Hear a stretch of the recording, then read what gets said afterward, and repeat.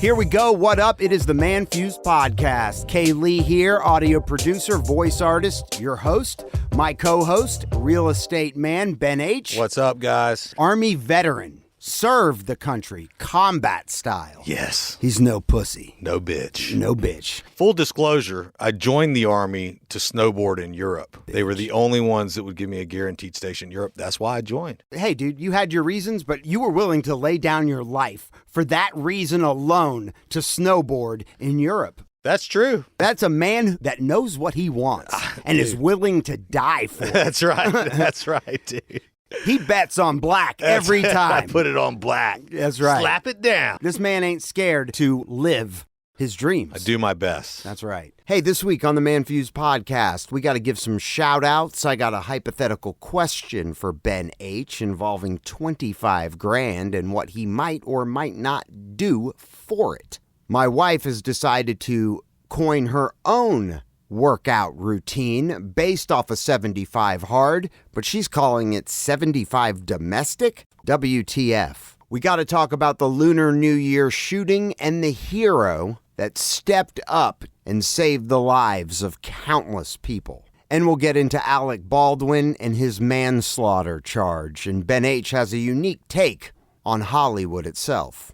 We got to thank some listeners. We have a couple of shout outs we got to get to. Ben, do you want to give us the first one? I want to give a shout out to the lovely Amadine and or Dina, who sent us a great voice message on WhatsApp. Thank you, Dina. We appreciate that. We love you guys, and we really appreciate you and your girls listening to the show at work. We'd love to hear more from you. We're just really grateful. Thank you so much for reaching out. We love it when people reach out. And if you ever have anything going on in your life and you need advice, you just want to run something by us, you want to figure out what not to do, then you could reach out at 770-744-5227 on WhatsApp or by regular phone. And then I got an email yesterday, Ben, had me choked up. Did it put tears in your eyes? I wept. Yes. As I was reading a novel from Gilbert in Roseville, California. We love you, Gilbert. Thank you for listening. Absolutely. He thanked us for doing what we do. You know, if you're not throwing cash at me, right, at least tell me that we're doing good. Sometimes that's what gives us the fuel, even though cash helps. You know, support helps. Yes. But when I was interning at the radio station, I didn't get paid for years. Right. And sometimes I'd get so frustrated that I wanted to, like, what am I doing here? It isn't happening. It's not happening fast enough. Yes. I think we all go through that. You know, delayed gratification is hard. But then someone would come along, a higher up, you're doing good. Yes. And that compliment sometimes was the only fuel I needed. That's right. To change my attitude back right. and keep going. It Absolutely. let me know that we're going in the right direction. Absolutely. When you build a podcast from scratch, yep. sometimes the monetary value, other than the enjoyment of us doing this, which we do enjoy, we're passionate about it. Absolutely. But at the end of the day, the goal is for it to produce some sort of monetary value so we can enhance what we do for our audience. Well, I think the goal is to create value for people. You know what I mean? Give something for them some ideas to chew on, some things to laugh at. You know, ultimately, we're value first. We're putting that value in, and we love hearing that it's being translated by people who are listening as valuable. That's a huge reward. More than money, really. Yes, exactly. Well, the money is something that ultimately comes as a result of providing value. So the money ultimately will appear. At the moment where the value is in exchange for it, I got to tell you, at the same time, I'm really excited about some of the companies that we're talking to right now. I never want to take money for something I don't love. You know what I'm saying? Oh, absolutely. I think that's so important. We are not going to be whores. I'd rather not take the money. I'd rather not do the ad. And we won't. If we feel a company or a product doesn't align with our beliefs, we don't believe in that product, we're not going to recommend it, nor will we endorse it here. or even like it. I don't want to use it. Of course. We want to know? try everything. Send us your Ruger. samples. Should we go down the list? Yeah, exactly. These are the people we want to work with. We're going to put it out there. Absolutely. In that way, we will be a whore. Well, we'll set our goal target list. At the end of the day, You got a private jet company? none of it happens without providing value to people, because if you're not providing value to people, it becomes irrelevant. So it's nice to hear from Amadine. It's nice to hear from Gilbert and Doug and Hannah and all of the great people who write in. We really appreciate it. We try to highlight all of the stuff that we get. We do our best, but Vanessa, thank you. So check this out. So I'm going to just read a little bit of Gilbert's message. It's a novel. Yeah. And Gilbert, we are not knocking it because Ben, after reading your entire email, I was exhausted. he said, how long was I reading that? He said, are we done recording? I thought it was over, the whole podcast. No, but in all seriousness, the time you took, and maybe you're a super fast typer, is epic. I loved showing this message to Ben H. That's You why think he's going to be okay if we read it?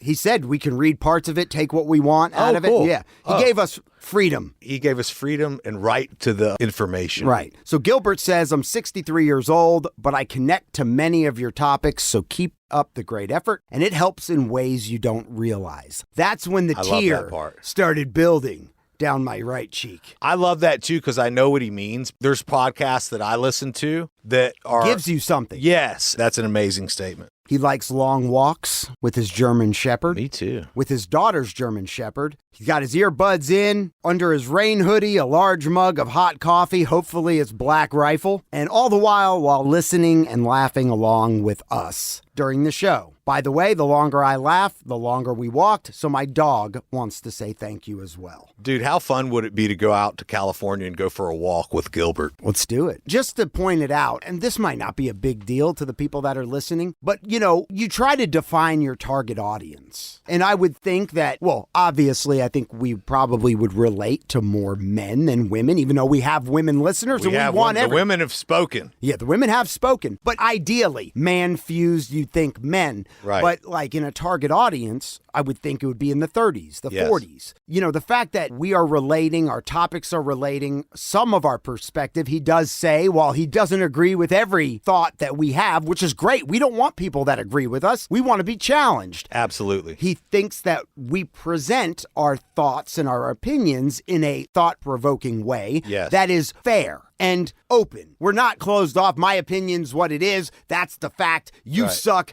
Get the hell out of here, loser. Yeah, I hope my opinion's a fact, but it may not be. But we are open to people's perspectives. Well, it's so funny because I love communicating with people that I disagree with. Complete opposite. You know what I mean? We have more alike than we think. I like disagreeing with people that are so passionate that they get up and want to fight you. Because I sit there and I laugh. Fact that I'm that much under your skin. Yes. At this very moment. Kaylee loves that. I do. He loves it. I'll start weeping. Weeping. So Gilbert did have a response. I mean, he went on for many more paragraphs of beautiful poetry. Beautifully written. Yes. But he did respond to a topic. I had a friend who was about to marry a gambler. She was seeking advice from me. And I thought Gilbert, being wise, 63 years old, he's got more wisdom than I. He's lived longer. Yes. And he seemed to be a level-headed, common-sense thinking individual. I would say so. He said, regarding the woman who set out to marry the gambler, well, if she were my daughter, I would tell her this. There are those who have bigger and riskier dreams than others. In my years, I have seen many fail, and yet some succeed. Question, do you want your passion, time, and love to be the currency, i.e. the bet, in his/her game goals in life? Are you willing to risk your currency without some limits of security? If he can't set levels to achieve where he can create a secure landing and then gamble a little bit more up, then you've got no safety net as he or she takes those risks upward. With that in mind, I would be looking at the person's character. Can they compartmentalize? Are they realists? Or are they just go for it at all costs kind of people? It's hard to tell people what to do without living in their shoes, but those would be the questions and observations I would present to her. Gilbert, thank you for that. That is very wise. Oh, wise counsel. You're like a little Buddha. Like a Yoda. Yeah, you're like a little Yoda. Gilbert, seriously, keep them coming, sir. Yeah, man. Thank you for Enjoy listening. your walks. Yeah. We're happy to be walking with you Yeah. and the dog. Yeah. Pet that German Shepherd for me. That's right. Pet that beautiful Beautiful puppy. beast. That beautiful drug-sniffing dog. Ben, I got a hypothetical question for you. Yes? Now, granted, this might be pocket change to a baller like you, Ben. Not quite. So, if you were given $25,000 to stay in your home with no windows, not look, or go outside for 5 weeks, could you do it? 5 weeks, 25 grand. Do you think you could do it? To stay in my house?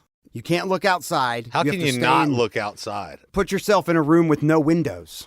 For 5 weeks? Mm-hmm. Probably not. I probably couldn't do it. I wouldn't even want to commit on the front end to that. You say, hell no. I'd just be like, I'm not doing that shit. Take you away from the cool air and the Yeah, dude. I mean, what's it worth? $25K. Yeah, I mean, are you going to come out the same guy as you went in as? I mean, what is going to happen in there? I would need more details. Those are the details. You put another zero on it, Right. and I want the details. Maybe 25 grand isn't the rub for you. Not for me. Let's say 250 grand. I would highly consider it. That's game changer. I would highly consider 25 grand is, I can blow through that bad weekend in Vegas. Yeah, I mean, for 250, 5 weeks, I need to know the rules. I still might say no, but I need to know Well, the rules are, you're in a, let's say an apartment. But can I use my phone? Yeah, there's no rules Email. against that. I can watch movies. Yeah. I can work out. But you can't look out the window. That's cool. You're in no window I still do business and talk to people. Yeah, I'd probably do it for 250. for 250. For sure. But not 25K. 25 wouldn't do it for me. Not enough money to take me off the field for a Well, week. I mean, if you Or think about it, a month. even middle class could make 8 to 10 grand in a month. So could almost make that money. Look, I'm not saying 25 G's is a small amount of money. For me, that's a lot of money. And yet at the same time is everything, ultimately. So I will be hanging out for 5 weeks, getting my sweat on, getting my workout on. I'll just lock myself in the closet and make a couple $1,000,000 or something. No distractions, and I can just get after it. I might pay somebody else to do that shit. Hey, can I pay you so I can just stay in my house for 5 weeks? Yeah, I wouldn't do it either for 25K. Yeah. I mean, and maybe if you put 100. 100 plus, maybe. You know what I mean? I'd consider it. Yeah. I'd have to ask my wife, of course. Of course. Yeah. Well, she could go outside still. So I have to talk about something, Ben. I feel like a neutered dog. Oh, It's a new year. yes. Same me. Same you. But just like last year, Thanksgiving, Christmas, my brother was in town from Australia. I kind of got off the workout routine. I also got bit by a dog. I couldn't Holidays really are use my crazy. hands, until it healed. So I kind of got off the routine of working out. I wanted to adopt 75 hard again. Yeah. My wife said that she was going to be on board, and I was like, thank God, because it's kind of a daunting of a task to knock out 2 workouts a day at 45 minutes a clip, one Right. outside, if I don't have my best friend doing it with me. Yesterday, I did a workout 45 minutes during the day inside, and then my wife and I went and worked out last night outside. We did a walk, Nice. 45 minutes, I'm jogging a little bit, and then while we're out there, she was like, this is the beginning of 75 domestic. She goes, 75 domestic. Yeah. That's what we're doing. Domestic. Meaning, you're going to work out 75 days in a row. Right.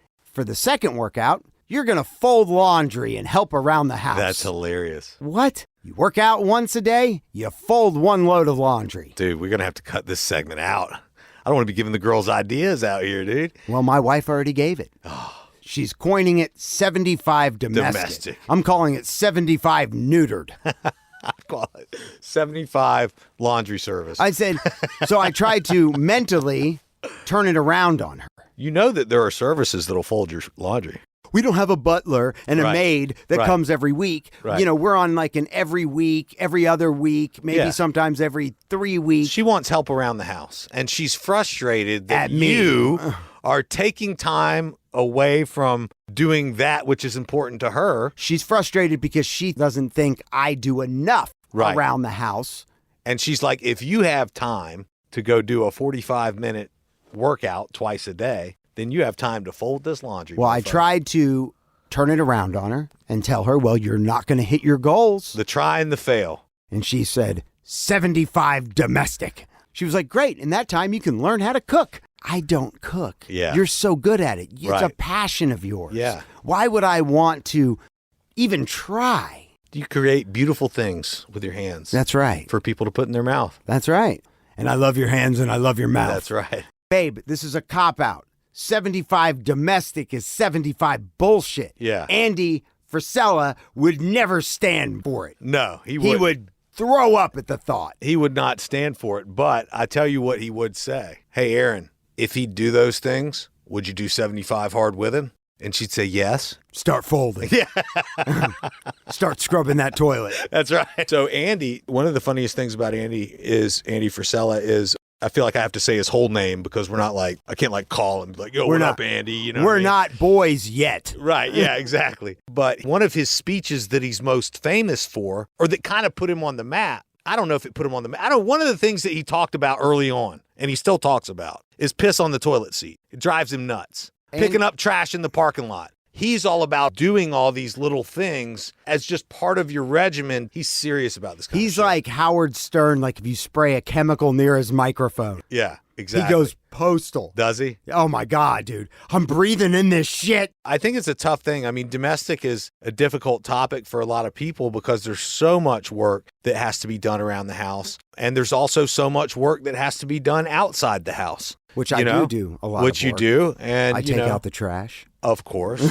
There's men jobs and there's women jobs. However it's divided up within that household. I mean, the man could cook and clean and the wife could take out the trash. My buddy down the street, Troy, who's a big fan of the ManFUzed podcast. Shout out to Troy. Troy is a hustler. He used to work for Ford. Right. He flips cars. He goes to auctions. Right. He's all into buying and selling cars. He's our official motorhead correspondent when it comes to vehicles. Exactly. And he will eventually bless the ManFUzed podcast with his presence. But Troy doesn't mow the grass. His wife does. And his wife is always out there trimming hedges and taking down trees. And where I'm like, Troy, why don't you get out there and do it? But Troy actually is very handy himself. That's their agreement. I don't know why she does and he doesn't, but she doesn't care. That's the agreement they have in that household, and that's what works for them. A lot of people love doing yard work, you know? I mean, it is a very peaceful thing. I mean, it's nice once you get out there and you start doing stuff. Actually, when I leave here, I've got my chainsaw in the back of my truck. I'm going to cut down trees and cut up trees and load my truck up with wood. Actually, I got to go get my trailer. I'm going to load the trailer and the truck. You know? Need a hydraulic splitter. I do need a hydraulic splitter. You can get one for $1,000, so you have your own. Probably a good idea. For now, I'll just split it with an axe. Like Paul Bunyan. Yeah, exactly. Like an axeman. So it looks like I'm doing 75 domestic. Looks like it. At the end of the day, anything that you can do, whether it's within the framework of a certain program or a modification of it, it's still about being healthy, you know? I agree. Ben, yes. I think we have started what we call a benchmark bit. A couple weeks back, we gave you a full list of things that we all needed to be reminded of just to keep us focused, energized, and, if something's been beating you down, maybe this will give you the energy and motivation to keep moving. So I think we should coin this as the ManFUzed motivation. ManFUzed manifestations. ManFUzed manifestations. I like that better. I like the weekly ManFUzed manifestation. The weekly manifestation? I like adding ManFUzed in there. Oh. It's M's and M's. I like the ManFUzed manifestation. Yeah, okay, got like it. ManFUzed motivation. With like man in all caps? Exactly. Yeah. This is your weekly ManFUzed Manifesto. Ben, I think we should divide up. You read half and then you can point to me and I'll take over. Let me pull this up. I'll just say this is called execution over analysis. Yeah, and this is coming from Andy Frisella. If you guys don't know Andy Frisella, check him out. He's got a podcast called Real AF. He's the creator of the exercise first form, but he's the one who created 75 Hard. 75 Hard creator. Whom Ben and I both have done. Yep, we're in the lifestyle. I've been following Andy for a long time. Member of Arte Syndicate, which is his private business group, for a while. And, I've met him numerous times. He's just a great guy. And he's an absolute badass. I didn't know you met him. Numerous times, yeah. He's a great guy, man. He's a really good guy. I've met him. I've met his brother. I met his dad. I hung out with his dad at the St. Regis. and his brother. He's a beast. If you had to guess, what was his cologne of choice Something to go dope. with his badassness? Probably like Creed. Is that a cologne? Yeah. Like probably Creed. based on the movie? No, it's a brand of French cologne. It's called Creed. It's about $500 a bottle. It's fucking amazing. It's like the stuff I wear called Oud Wood. Yeah. Tom Ford. Probably. I Yeah, smell exactly. like a forest. Exactly, dude. Maybe he rocks some Tom Ford. I don't know. All right. But Andy's the man. This is coming straight from Andy. He sends out emails, and I read this one, and I was like, you know what, man? This is such a great topic. It's execution over analysis. So here's what Andy has to say. And by the way, you can sign up for his email list, and you can get these daily motivations from Andy, which is a great idea. Yeah, but before you do that, you should sign up for the ManFUzed newsletter at ManFUzed.com. I'm just making sure I try, No, we're going to plug. We're going to give him his due. Yeah. But Ben, sorry, we are trying to grow here. Well, anyway, okay, so execution over analysis. Stop over-analyzing everything. Most people, likely you, over-analyze their path to becoming successful. Think about what they want. They think about what people will say. They think about what could go wrong. They think about what they might lose if they fail. They think about whether they're capable or not. They think some more. They think themselves right into irrelevance. And all of this thinking is ultimately what prevents them from doing any of the cool shit they dream about for their life. The people who end up doing all that cool shit you dream about for yourself don't spend their time or energy on these thoughts. They make a decision about what they want, and then they fucking act. And then they never stop. That's it. Day after day, month after month, year after year, decade after decade, that's what it takes. The problem most have has nothing to do with not following enough. What some losers might say, the things that could go wrong, or any of that shit. Real talk, I know a guy worth $300 million who doesn't know the difference between R and hour. He wins because he does the things he thinks about. That's it. He executes. Contrary to what you might think, you don't need to be hyper intelligent. You don't need to have all the right connections. You don't need to have all the right answers. You need to do shit instead of thinking about it, talking about it, or analyzing the what ifs. Stop spending so much time analyzing and start doing. Put one foot in front of the other. Address obstacles when they come up. Overcome them. Never look back. It's not easy, but it is simple. Happy Lunar New Year, by the way. A time to celebrate for millions around the globe. It is the year of the rabbit, the water rabbit, which in Chinese culture, they refer to that as the black rabbit. Interesting. So, because they see water as being black. It's interesting. The year of the rabbit is supposed to bring peace, prosperity, perspective. And unfortunately, on Sunday, I believe, Saturday night, the Lunar New Year's Eve, some asshole walked into a dance place, like a ballroom, in Monterey Park, California, and killed 11 people with a gun and injured 9 others. Then that same asshole went to another ballroom and attempted to do the same. Now, there's a gentleman who was in that second ballroom that was a hero. Yeah. And I have spliced down this interview with him because he's being hailed a hero, because he prevented who knows how many countless other deaths. Right. And he has a good perspective on courage. It was Chinese New Year's. We were hosting a social dance party. And this is when I heard the sound of the front door creaking closing, instantly followed by the sound of a metal object clinking together. That's when I turned around and saw that there was an Asian man holding a gun. My first thoughts was I was going to die here. He didn't seem like he was here for any money. He wasn't here to rob us. When he was looking around the room, it seemed like he was looking for targets. Something came over me. I realized I needed to get the weapon away from him. I needed to take this weapon, disarm him, or else everybody would have died.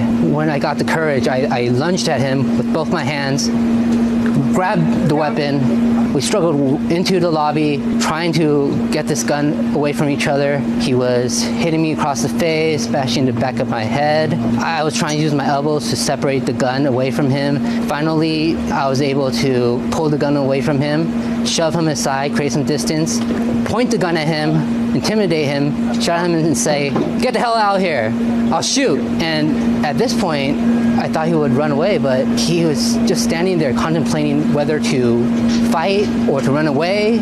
I really thought I would have to shoot him if he came at me. This is when he walked out the door, jogged back to his van. I immediately called police with the gun still in my hand. A lot of people have been telling me how much courage I had to confront a situation like this. But you know what courage is? Courage is not the absence of fear, but rather the ability to have adversity to fear when fearful events happen, such as this. And in crises like this, the people need courage, especially the victims, their friends, their families. My heart goes out to everybody involved, especially the people in Stardance Studio and Monterey Park. I hope they could find the courage and the strength to persevere. I mean, that's Medal of Honor. I think so. Couple things. First off, when I heard that there was a shooting, there's been an uptick in violence towards Asian American culture. Yeah. I was really surprised, honestly, to find out that it was an Asian man on Lunar New Year. Not saying that they're not capable of such a thing. Right. I don't know why it wouldn't have surprised me as much if it was some angry-looking, methed-out white dude. Well, it's kind of what you would expect from a mass shooting. I mean, that's the standard. That's the stereotype of mass shooter, yes. is an angry white meth head. That's correct, Yeah. basically. And then there was another mass shooting towards the Asian community by another Asian guy in a different part of the country. I wonder why. I'm waiting for them to release more info. Well, they caught him alive, right? No, they found him dead in his van, killed a bunch of people, tried to kill more. And then instead of standing up for whatever the reason is why you were doing it, why not just kill yourself in the first place and not go wreak havoc? You must feel that you have been burned so bad by that culture or by these people that you want to go inflict that much harm across so many families. I think there is a level of suffering right now in this country and certainly in the world of young men. Young men, young males right now are suffering because so much is expected of them and so much is put on the man to deliver, right? And not much value is given. Value has to be shown. And it's something that Jordan Peterson talks about a lot. I'm not saying that that's the reason for this mass shooting. And certainly there's no excuse, but there's a level of suffering that seems to be going on. I think when you even step back and you look at men and women of any age, there's a level of suffering because if you think of the rate of suicide and drug overdoses, because people just don't want to be here anymore. Yeah. They don't want to be in their current reality. Right. With whatever it is they're dealing with, and whether it be job, love, they think life sucks and they don't see a light. And so that's why they're killing themselves. I don't have the numbers handy, but I would say that the rate of suicide is definitely up. The rate of overdoses is definitely up. The opioid epidemic is unbelievable as far as overdoses are concerned. Taking your life is one thing, but going through and murdering a bunch of innocent people because your life sucks or you feel that you have been dealt a shit hand. Yeah. You need to get back at collective group of people. Who knows if it was like someone of his parents' friends or someone at church or ex-girlfriend or wife or employer. I mean, who knows? But I think that it's something that we all need to get real with the idea of encountering at some point in our lives. Oh, absolutely. I mean, we really need to search our consciousness and our soul and understand, hey, if I'm in this situation, what am I going to do? And people need to be diligent in locking doors. And people need to be diligent in having security at events. And people need to really understand that this is now a real threat. That can happen anytime, any moment, anywhere. And especially in crowds. And you might be just collateral damage. If you see me in a crowd, I'm probably packing straight up. But I wanted to say regarding the gentleman who stopped this guy. You know, we've talked about the word courage, and I've alluded to something Winston Churchill said, but I destroyed it. You know what I mean? I got the idea right, but I wanted to read his quote because I think that this topic and this particular gentleman who stopped this guy and what he just said, that is the illumination of courage. That is courage. And I think that Winston Churchill's statement or definition of courage is probably the best one I've ever read. So in honor of him stopping this guy, I wanted to read it. Thank you, Ben. Winston Churchill said, "Courage is rightly esteemed the first of human qualities because it is the quality which guarantees all others." I thought about this after I heard it the first time. He even describes it. The guy walked in. He's standing by the door. Now the gentleman, the hero. Yes, the hero. He was not by the front door. He was facing the ballroom area, and he heard this behind him. So meaning he had to assess the situation and then move across the room Right. before the dude even started shooting, Yes. which led me to believe that there was a moment when the gunman walked in where he was assessing the room Right. and what he was about to do, but he didn't walk in and just start spraying immediately. No. There was a gap in time where the hero had Right. the time to bum rush him. That's right. To grab the gun, That's to right. start wrestling it from him. Because if the guy would have opened the door with his hand on the trigger and started spraying and not knowing who was in there or how many people were in there, this story would be a different one. That's right. And our hero wouldn't have gotten to show his bravery. in that Likely moment. not. Let me ask you a question, Ben. Is there a moment in time, and obviously you served, thank you, you're a combat veteran, Yeah. that you had to act? I mean, maybe it was, maybe it wasn't. Maybe you didn't have to wrestle a gun from someone that was about to just mass murder people. But is there a time where you felt the fear in something that you had to act? Or that maybe you felt the fear and you took off?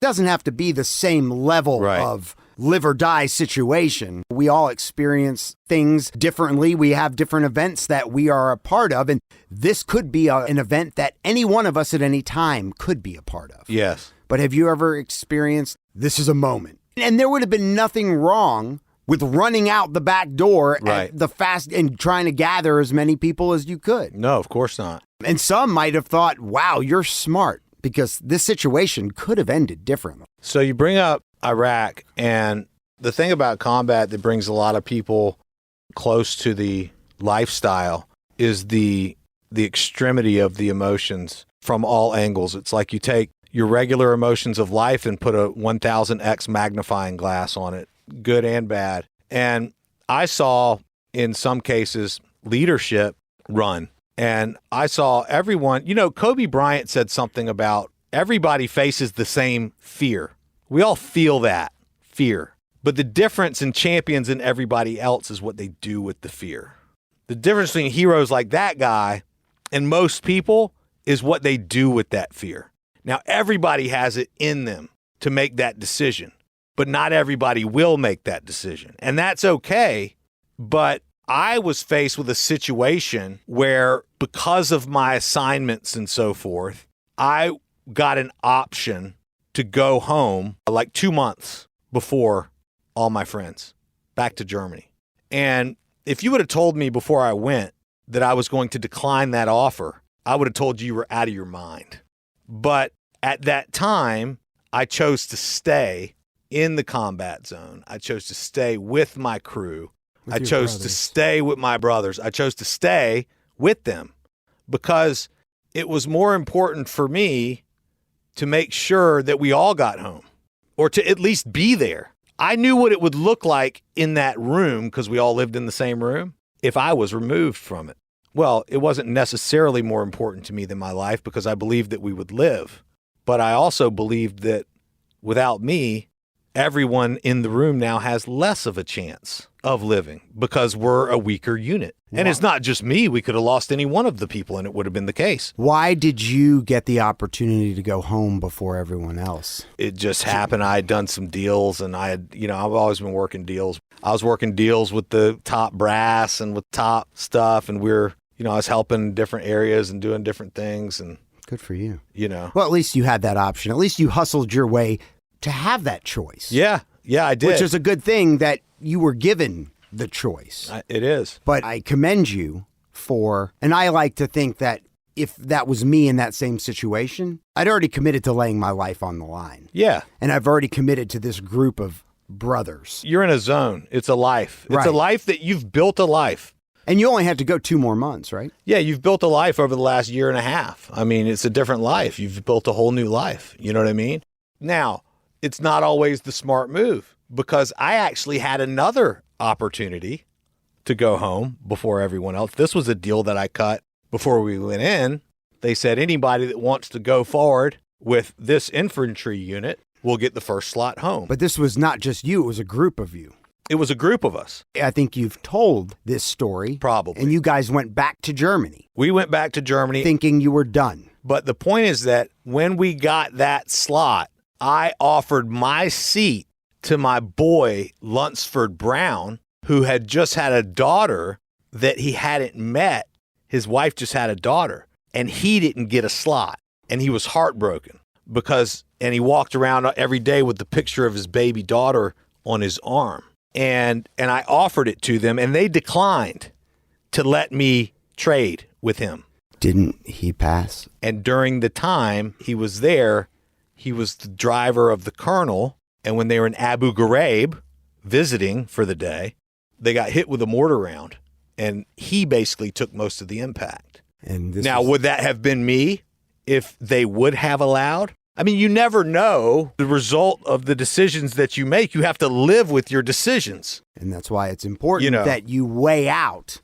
You try to make an educated decision on the facts that you have in front of you. But in both cases, I made the same decision to take care of my people. That's always the decision that I'm going to always go that. If it's me or you know what I mean? If I have a way that I can help someone, I'm probably going to do that if they're more in need than I am. Well, tragically, he never got to meet his daughter. Never met her. I spoke at his funeral. Man, I met his daughter. If that doesn't give you chills, though, God, that's so sad. I mean, I spoke at his funeral back in Germany. It was ridiculous. So the way it happened was this tent got hit with a mortar round, took out 13 people, killed. Some of my friends were horribly badly wounded. Mangled. But we were back in Germany. 13 got taken out, just happened to be 13 back in Germany. And so that's when we got placed at Abu Ghraib. That's when you were called back. That's when we were called back. So we were called back after that attack occurred. But before we went back, his remains came back, and I spoke at his funeral before going back to take his place. You know what I'm saying? Right. And so think about that. I offered him my slot. It was denied. I went back to Germany. He got killed. Came back to Germany in a body bag before I had to go back and replace him, and I spoke at his funeral on the way out. Thank you for your service. Of course, but what that guy did, he put everybody else first. That's the difference. That's courage. He said, look, if I don't go get that, he didn't say if somebody else doesn't go get it. He said, if I don't go get that gun, we're all going to die. That was his thought. The universe had put them there. Right. At that time. Absolutely. With the gunman facing him and him only. Yes. So he was the barrier between the gunman and all the rest of the people. And he took that response. He shouldered that. He said, yep, I got this. He was like, okay, universe, let's rock. He said, I'm going to die. It looks like I'm about to die. Die anyway. Because the risk you're really taking is, hey, if I disarm this guy, nobody's going to die. I might not even die. I might die. It might throw off his whole plan to where everyone else is saved too. Now, imagine if that guy, same mentality, same guy, had taken some time to get a nice little Glock pocket carry and just had it on him. He could have taken that thing out and popped that dude in the chest 4 times, and it's game over. Yeah, a lot of times you're not going to have that time. A lot of times you're not going to get an amateur, like this guy obviously would, to walk in the door without the gun loaded. Well, I think the gun was loaded. No, but I mean, he had to cock it. The sound of metal means the gun wasn't loaded. Right. If it was loaded, there would be no metal sound. There'd only be a fucking bullet.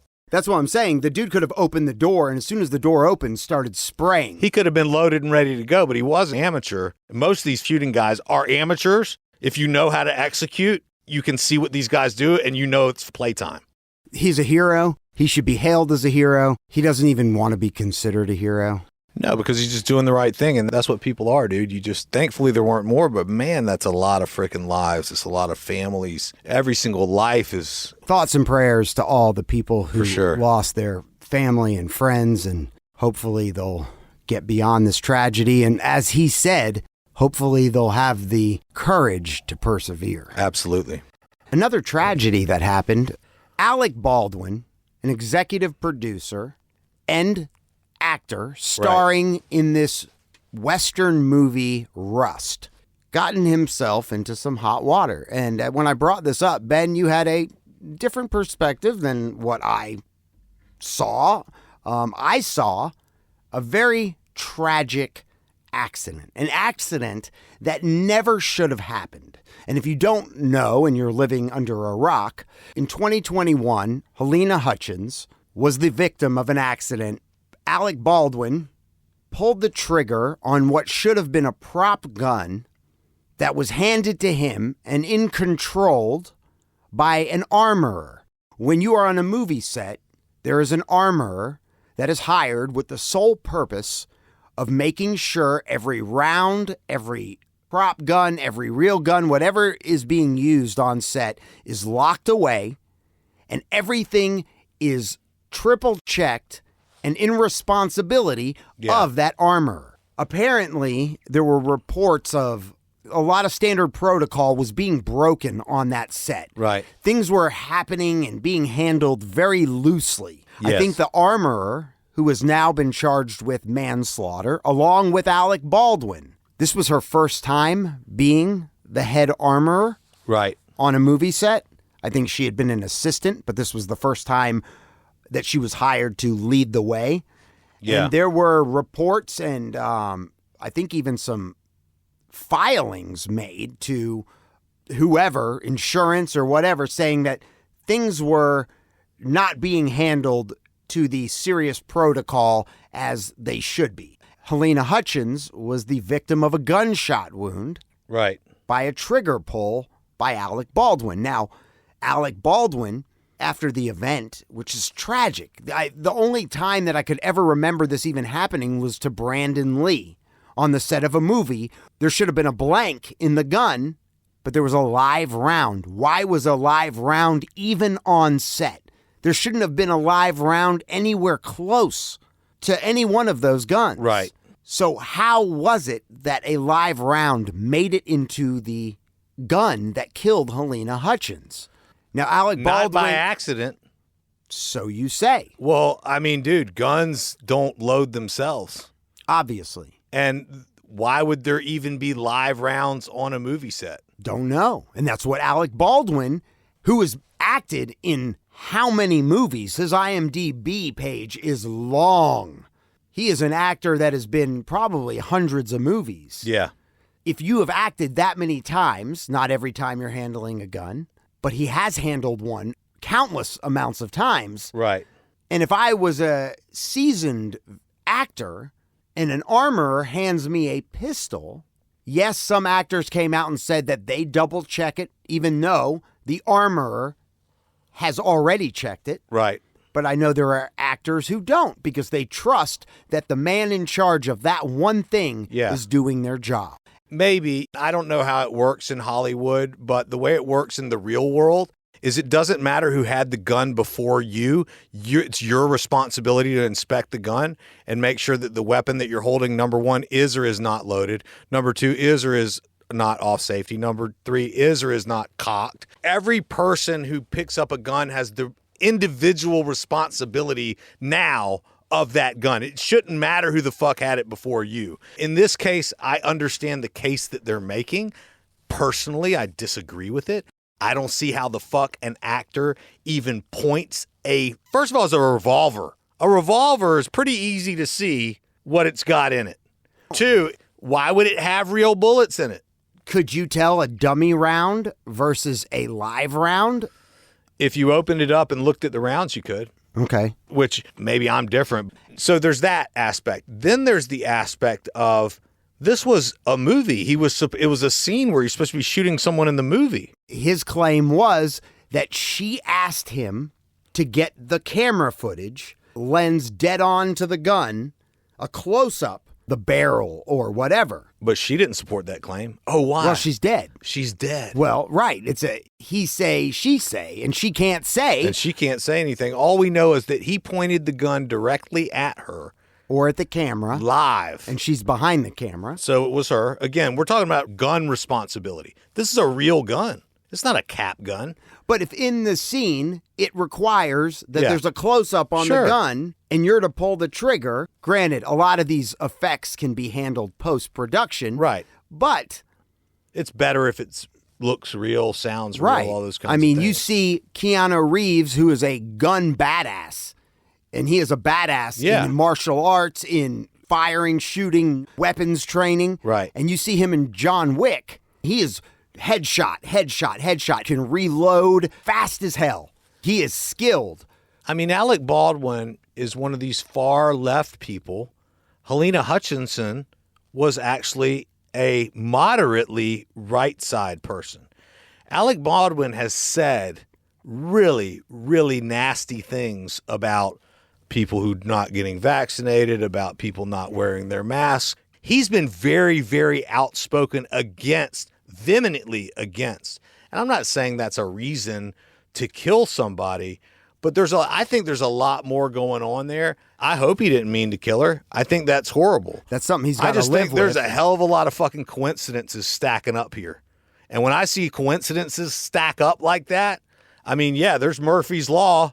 There is something to be said about too many coincidences. Too many coincidences Just here. like 9/11. Right. Like, too many coincidences. Too many coincidences. Absolutely. And eventually, the trail starts leading to something. Now he's getting charged with manslaughter, which he will likely get reduced to something. And hopefully he didn't mean to kill her and it was a tragic accident as he described it. However, if it was intentional, if there was something going on, if she did have dirt on him that he was afraid of, then, and this was a plan, well, up to this point, it's worked pretty fucking well. I see it as far-fetched. I'm not saying it's out of the realm of possibility. It's definitely ballsy.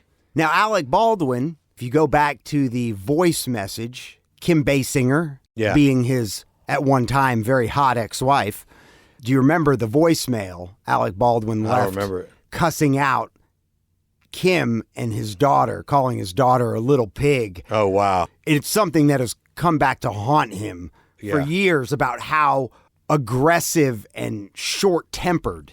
Got a short fuse. He'll blow up. He's been known to blow up on the media, the press, paparazzi. All these guys, all these people in Hollywood, less and less and less and less I give a fuck about what they think, what they say. I regard them as bought. I regard them as bought and sold people. I think their opinions are bought and sold.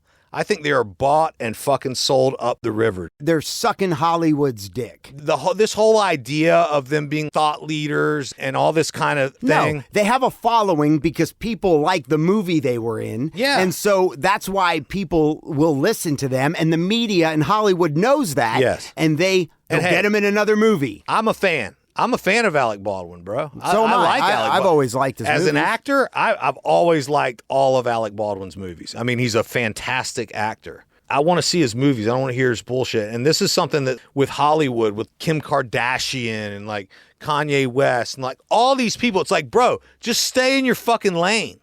Make another great album. Fucking music for us. Please. Right.